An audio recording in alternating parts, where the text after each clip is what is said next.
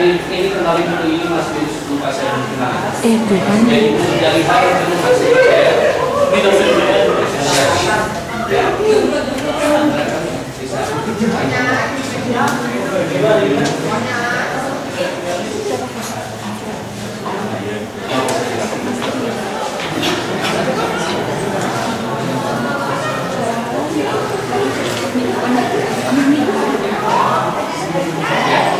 ini yang bisa sebut sebagai pisau cukir, seperti paha dia tajam, ada yang lucu, ada yang flat seperti ini, ya. Jadi acuan-acuan ini cukir menggunakan pisau.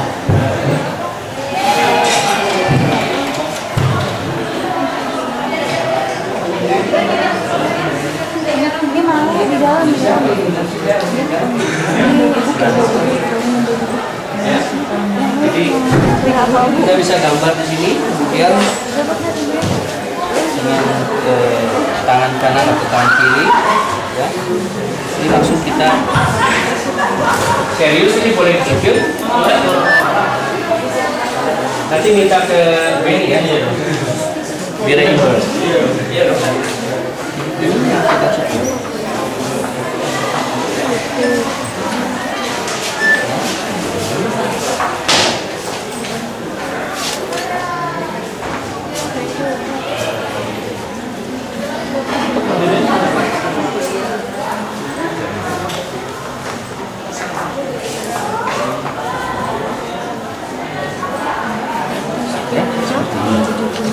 Sampai habis, ya, menyisakan bidang yang kemudian nanti jadi bidang gambar.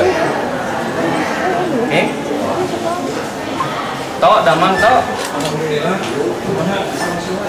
Alhamdulillah. Ya, setelah ini selesai, gambarnya itu sudah, ya. Jadi yang kita cukil nanti dia tidak akan menerima tinta, ya. Seperti yang saya terangkan dulu, yang kita cukil karena dia letaknya ada di bawah permukaan, ya. Bagian yang kita tinggal di sini, ini nanti akan menerima tinta setelah kita roll, ya. Setelah selesai ini kita bersihkan, kemudian kita roll. Di sebelah sana Anda lihat ada roll, ya.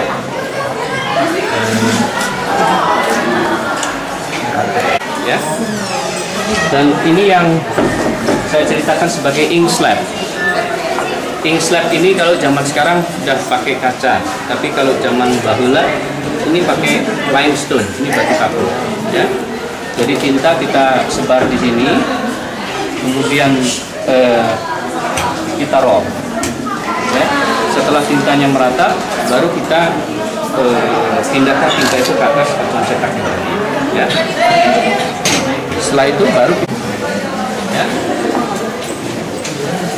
Nah, ini teknik cetak tinggi atau cukil kayu.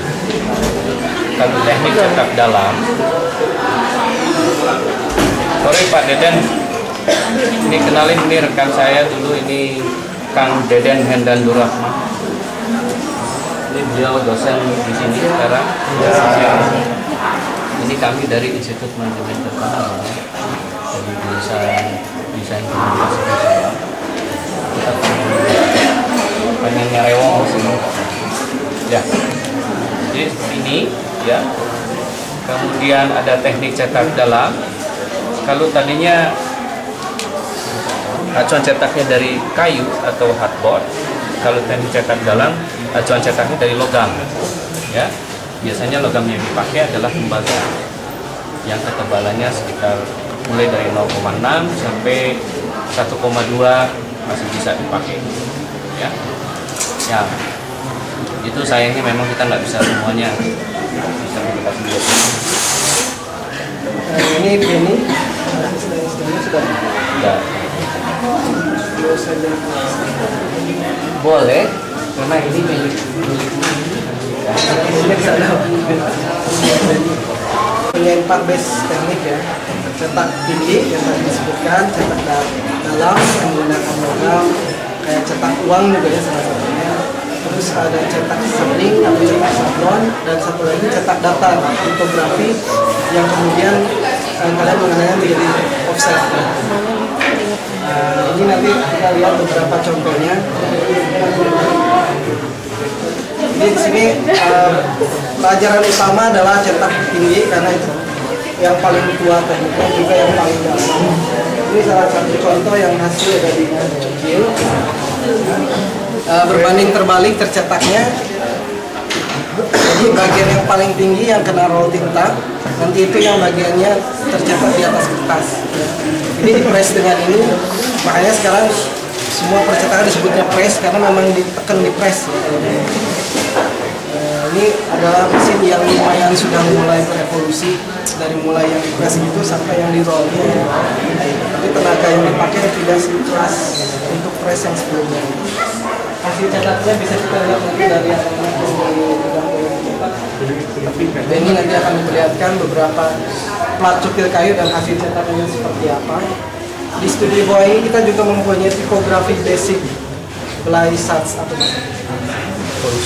huruf susun menggunakan belai set. Jadi zaman dulu kalau kita menggunakan Arial, Helvetica atau lain sebagainya itu disusun satu persatu, 1, 2 gitu.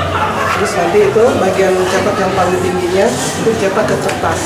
Itu kita yang masih termasuk dalam cetak tinggi. Nanti kita lihat. Dan ada contoh plat dan yang udah dicetak dia siapa aja?